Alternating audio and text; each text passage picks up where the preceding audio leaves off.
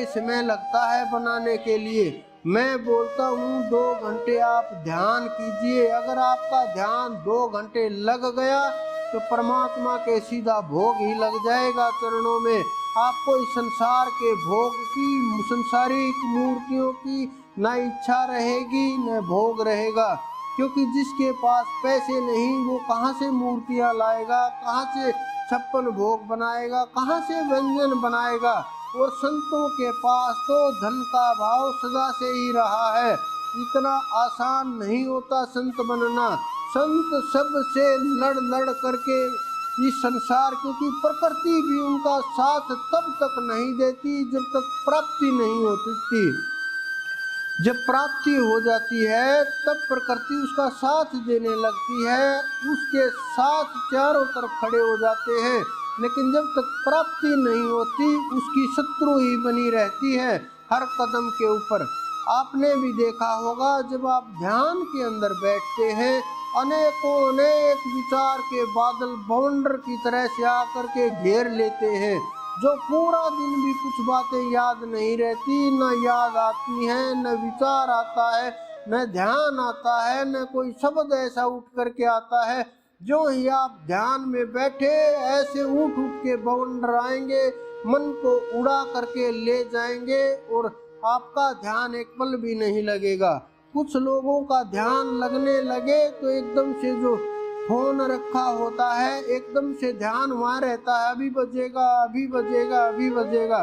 कुछ लोगों का ध्यान पैरों में लगा रहता है कि अभी दर्द होगा थोड़ी देर में उठ जाऊंगा। कुछ लोगों का ध्यान घड़ी के अंदर लगा होता है कि इतने मिनट हो गई, इतना टाइम हो गया, इतना समय चल रहा है। कुछ लोगों का ध्यान माला के अंदर लगा रहता है, कितने मन के कर दिए हमने, गिनती करते रहते हैं। कुछ लोगों का ध्यान बच्चों के अंदर लगा रहता है। कुछ लोगों का ध्यान दरवाजे के ऊपर लगा रहता है, अभी डोर बेल बजेगी, घंटी बजेगी और एकदम से कोई आएगा, उठना है। कुछ लोगों का ध्यान जो आवाज होती है घर के अंदर उसके ऊपर लगा रहता है और बैठा बैठा ये सोचता रहता है अभी चाय बन रही है, अभी खाना बन रहा है, अभी गैस चला दी गई है, अभी भैंसों की तरफ गए हैं, अभी आ गए हैं, अभी थोड़ा धुआं कर दिया गया है, अभी ठंड हो गई है, अभी पोछा लगाएंगे। बैठे बैठे ये विचार कि सारा काम बस होने वाला है, कल भी इसी टाइम पे उठे थे ध्यान से, आज भी इसी टाइम पे उठ जाते हैं, फिर सोचता नहीं अभी तो 2 मिनट और रहने दो फिर खड़े होंगे। क्या ये ध्यान है मेरे भाई? ये ध्यान नहीं है, ये ध्यान से भागना है।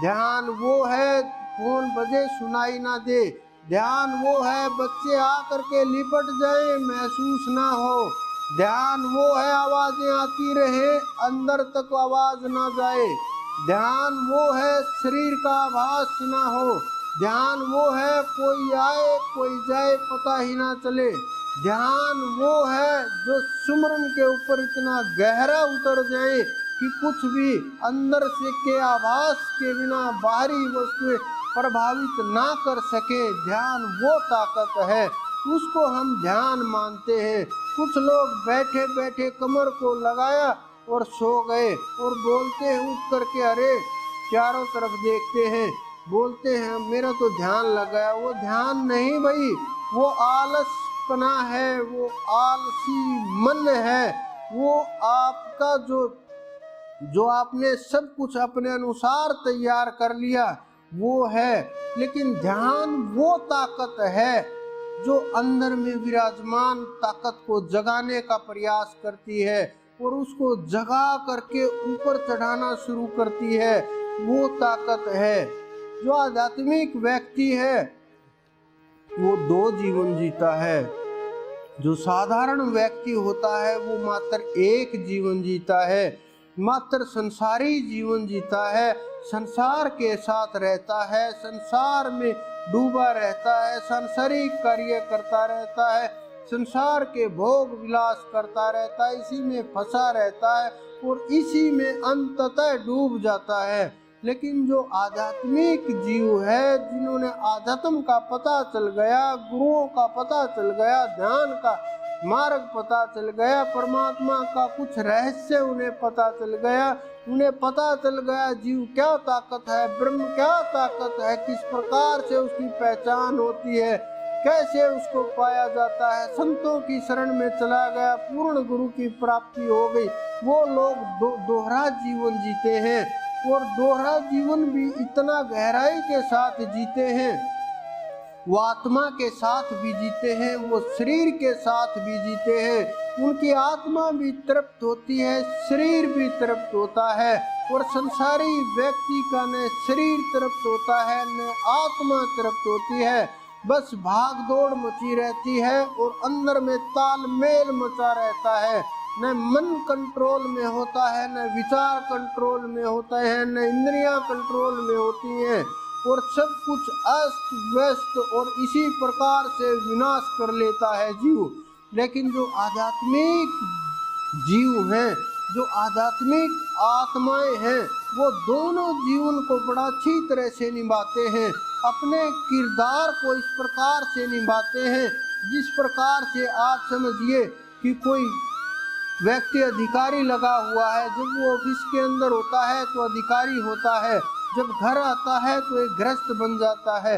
उसी प्रकार से ये आत्माएं जब ध्यान के ऊपर बैठती हैं तो आत्मा के साथ होती हैं, जागृति के साथ होती हैं, और वहाँ से नीचे उतर करके आए तो घर गृहस्थी में वो लोग बड़ा ही कुशल प्रकार से कार्य करते हैं और बड़ी श्रेष्ठ प्रकार से अपनी गृहस्थियां निर्वाह करते हैं।